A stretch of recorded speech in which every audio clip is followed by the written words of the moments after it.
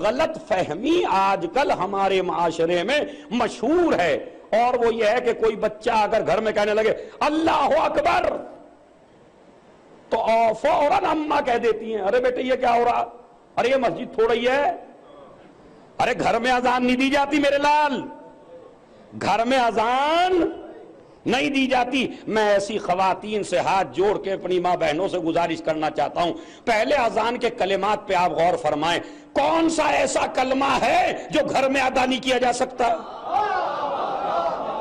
اما اس پہ تو داد بہت زیادہ ہونی تھی بھائی۔ تو یہ ہماری ماں بہنیں اور جوان لڑکے غور سے سماعت فرمائیں تاکہ یہ ایک مجلس تاریخی ہو، اور وہ یہ کہ گھر میں اذان نہیں دی جا سکتی۔ اچھا یہ بتائیے یہ ہوتا یا نہیں ہوتا؟ بتا آپ ذرا گھر جا کے اذان کہہ دیجئے ابھی 11 بجے، اللہ اکبر، بیوی پریشان، اماں پریشان، ارے تیرے پہ کیا مصیبت نازل ہو گئی، ارے میرے بچے گھر میں اذان نہیں ہوتی۔ تو میں ایسی ماں بہن سے پوچھنا چاہتا ہوں کون سا ایسا لفظ ہے جو اذان میں سے گھر میں ادا نہیں کیا جا سکتا؟ اللہ اکبر گھر میں ادا نہیں کیا جا سکتا، اشہدو اللہ الہ الا اللہ گھر میں ادا نہیں کیا جا سکتا، اشہدو ان محمد رسول اللہ گھر میں ادا نہیں کیا جا سکتا، اشہدو ان امیر المومنین علی۔ تو کون سا ایسا کلمہ ہے جو گھر میں ادا نہیں کیا جا سکتا؟ تو یہ رسم کہاں سے چلی؟ اصل میں یہ چلی نہیں ہے، یہ شیطان نے بہکایا ہے، اس لیے کہ روایت میں موجود ہے کہ جب اذان میں محمد اور علی کا نام آتا ہے تو شیطان گھر چھوڑ کے بھاگ جاتا ہے۔ جب بھی آپ کو شیطان کو بھگانا ہو اذان کہہ دیجئے، اسی 8ویں کے پاس، اور اس کی کلپ بنا لیں، یہ جو 3-4 چینل ہیں یہ کلپ بنا لیں کلیس کی اور ڈال دیں تاکہ دنیا تک یہ میسیج پہنچ جائے۔ 8ویں امام کے پاس ایک شخص آیا اور آ کے کہنے لگا مولا میرے اولاد نہیں ہوتی، شادی کو کافی عرصہ گزر گیا مگر میرے اولاد نہیں ہوتی۔ امام نے کہا اپنے گھر جاؤ اور جا کے اذان کہو۔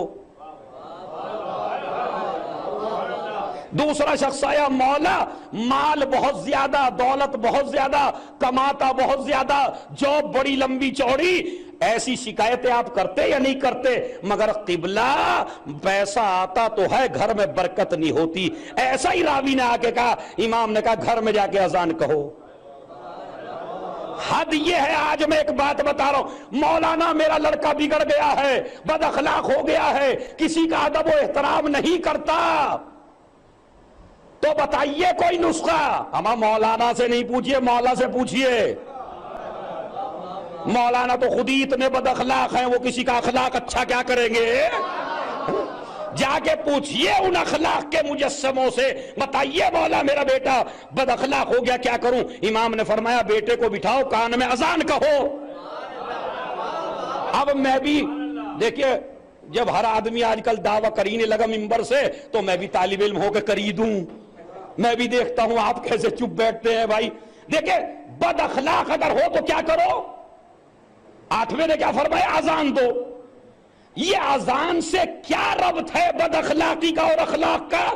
دیکھتا ہوں توجہ ایک آدمی سے، اور یہ مجلس کا ایک تاریخی جملہ امام کے حوالے سے، کہا اس کے کانوں میں اذان کہہ دو۔ مولا اذان کہنے سے کیا ہوگا؟ کہا نہیں روایت میں موجود ہے۔ مجھے بتائیے یہ بد اخلاق بنا کیوں ہے؟ بھائی بھائی بھائی یہ بد اخلاق بنا کیوں ہے؟ کہا شیطان نے بہکایا۔ بد اخلاق تبھی تو بنا جب شیطان نے بہکایا، شیطان دل پہ مسلط ہو گیا۔ روایت کیا کہتی ہے کہ جب اذان میں محمد اور علی کا نام آتا ہے تو شیطان بھاگ جاتا ہے۔ اب جب نام محمد علی اور آئے گا تو شیطان بھاگ جائے گا خود بخود۔ یہ با اخلاق، دیکھیں فلسفہ، یہ خدا بڑا گہرا مسئلہ ہے۔ امام علیہ السلام کتنی گہرائی کی طرف لے جا رہے ہیں، کہ با اخلاق خود بخود ہو جائے گا جب شیطان اس کے دل سے اتر جائے گا۔ تو اذان کہہ دو۔ حد یہ ہے کہ میں بیمار ہو گیا مولا میرا بخار نہیں اتر رہا۔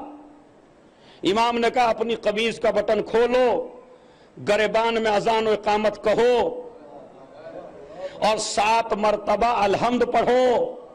یہ میں وہ نسخہ بتا رہا ہوں کہ اگر پریشان ہو جاؤ گھر میں کبھی اور مولوی پھونک مارنے کے لیے نہ ملے تو گھر میں بیٹھے بیٹھے امام رضا اور صادق آل محمد کے نسخے پہ عمل کر لو.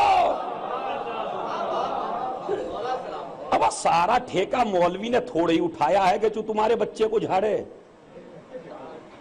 بڑی مصیبت کی بات ہے. ارے قبلہ درد ہو گیا ذرا جھاڑ دیجئے. ارے جب امام نے فرما دیا جس کو پریشانی ہو بیمار ہو سورہ الحمد پڑھ لو. وہ ساری چیزیں مولوی سے کیوں پڑھواتے ہو؟ اپنے بچے پہ اتنا دم کرو کہ تمہاری زبان میں خود اثر پیدا ہو جائے. یہ دو پیغام میں نے آپ حضرات کو پہنچا دیے. اب حدیث سنیے جو میں نے آپ حضرات کی خدمت میں پیش کی امام علی رضا علیہ السلام کی. خدا کی قسم اگر حدیث سن لیں تو آپ کو معراج ہو جائے, واقعاً معراج ہو جائے. کیا ومن اراد ان یکون اقوی الناس, اگر تم میں سے کوئی آدمی یہ چاہتا ہے کہ سپر پاور بنے, چاہتے یا نہیں چاہتے؟ زور سے بولیے گا. کمزور بننا چاہتے ہو قبیلے میں یا طاقتور؟ ملک میں طاقتور بننا چاہتے ہو یا کمزور؟ گھر میں طاقتور بننا چاہتے ہو یا کمزور؟ زور سے بولیے. اما بنیے نہ بنیے کہہ تو دیجئے بھائی. صلوات بھیجے محمد و آل محمد. لیکن گھر میں ضروری نہیں کہ آدمی طاقتور بنے. جن کو باہر بہت زیادہ غصہ آئے سمجھ لو یہ گھر میں بڑے کمزور ہیں. ہاں, جن کو بات بات پہ غصہ آئے نا, ارے کبھی سنوہ خان پہ غصہ, ارے کبھی چپل والے پہ غصہ, ارے کبھی اس پہ غصہ, کبھی مجلس میں آنے والوں پہ غصہ, اس کا مطلب سمجھ لیجئے یہ سارا غصہ بیچارہ گھر کا ہے جو یہاں اتار رہا ہے, اس لیے کہ ان کی مجال نہیں ہے جو وہاں بول سکے. ایک تھے بیچارے بول ہی نہیں پاتے تھے. انہیں دوستوں نے چڑھایا میاں تم تو بہادر ہو اور تم تو شجاع ہو اور دیکھو تم سے تو روب پڑتا ہے تمہارے چہرے پہ اور تم پتہ نہیں بیوی سے کیوں ڈرتے ہو, تو تم ایسا کرو آج دکھا دو اپنی شجاعت. اب وہ گئے چڑھائے ہوئے گئے تو بیوی کھانا پکا رہی تھی اور آپ کو پتا ہے وہ ایسے بیلن اسے کہتے ہیں, ہاں سمجھ رہے, بیلن جو ایسے پکا رہی تھی وہ کھانا, اور نے کہا جلدی کھانا لاؤ ورنہ آج میں یا مار دوں گا. نہیں پہلا لفظ سن لیجئے وہ غلط ہو گیا ہے. صلوات بھیجے محمد اور آل محمد پر. وہ آئے اور آ کے کہنا, بیوی نے کہا آج بڑے غصے میں آپ نظر آ رہے ہیں, آج کیا بات ہے, گھر سے باہر سے نکلے کیا ہو گیا؟ کہا نہیں آج نہیں بولنا, جو ہو چکا آج تک ہو چکا, اور یا تو میں مر جاؤں گا, اور مر جاؤں گا کے بعد بتائیے کیا آئے گا, یا مار دوں گا. انہوں نے کہا کیا؟ کہا یا مر جاؤں گا. کہا یا کے بعد کیا ہے؟ کہا یا کے بعد بھی میں ہی مر جاؤں گا. مین مسئلہ یہ ہے کہ سپر پاور اگر بننا چاہتے ہو خدا کی قدم 8ویں امام کے دربار سے تحفہ لے کے جاؤ آج اس منبر سے. من اراد ان یکون اقوی الناس, جو آدمی یہ چاہتا ہے کہ پورے ورلڈ میں سب سے طاقتور بنے تو 8واں امام نسخہ بتا رہا ہے, بندوں پہ بھروسہ کرنا چھوڑ دے, اپنے خدا پہ بھروسہ کر. سمجھا آپ نے؟ 8ویں امام نے کیا فرمایا؟ جو آدمی تم میں سے بھائی آپ حدیث کا ترجمہ کریں گے تب میں آگے بڑھوں گا. تم میں سے جو آدمی سب سے زیادہ طاقتور بننا چاہے اسے کیا کرنا چاہیے؟ بندوں پہ بھروسہ کرنا چھوڑ دے اور اپنے. بتائیے مجھے انصاف سے آپ طاقتور بنیں گے یا نہیں بنیں گے؟ بنیں گے.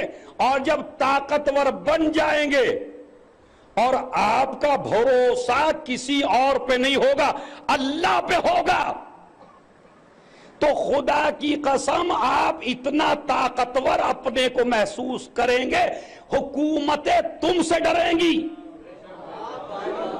تخت و تاج والے تم سے ڈریں گے, غنی لوگ تم سے ڈریں گے, رئیس لوگ تم سے گھبرائیں گے, اس لیے کہ اللہ مومن کے چہرے پر روب ڈال دیتا ہے.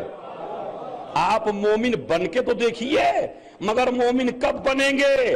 ہماری چاپلوسی کی تو انتہا یہ ہے کہ سلام میں نے غریب کو بھی کیا اور سلام میں نے رئیس کو بھی کیا, مگر جب غریب کو سلام کیا تو انداز کچھ اور تھا, اور جب امیر آدمی کو سلام کیا تو انداز کچھ اور تھا. اور ایسے آدمی پہچانے جاتے ہیں مجمع میں. تمہارا 8واں امام کہتا ہے من لقیا فقیرا مسلما, جو کسی غریب آدمی سے ملے وسلم علیہ خلاف سلام ہی علی الاغنیاء, اور غریب کو سلام الگ کرے, رئیس کو سلام الگ کرے, تو جب اللہ سے ملے گا تو اللہ اس بات پہ غضبناک ہوگا. سنا آپ نے, یہ ہے اصلاح. ارے سلام آپ کو کرنا, رئیس کو سلام بڑے اچھے انداز میں کر کے کیا دے دے گا تمہیں؟ سلام میں برابری کرو. غریب ملے اسے بھی اسی انداز میں, رئیس ملے اسے بھی اسی انداز میں. کیوں؟ اس لیے کہ ہمارا توکل ہے اماموں پر, ہمارا بھروسہ ہے معبود پر, ہمارا بھروسہ ہے پروردگار پر.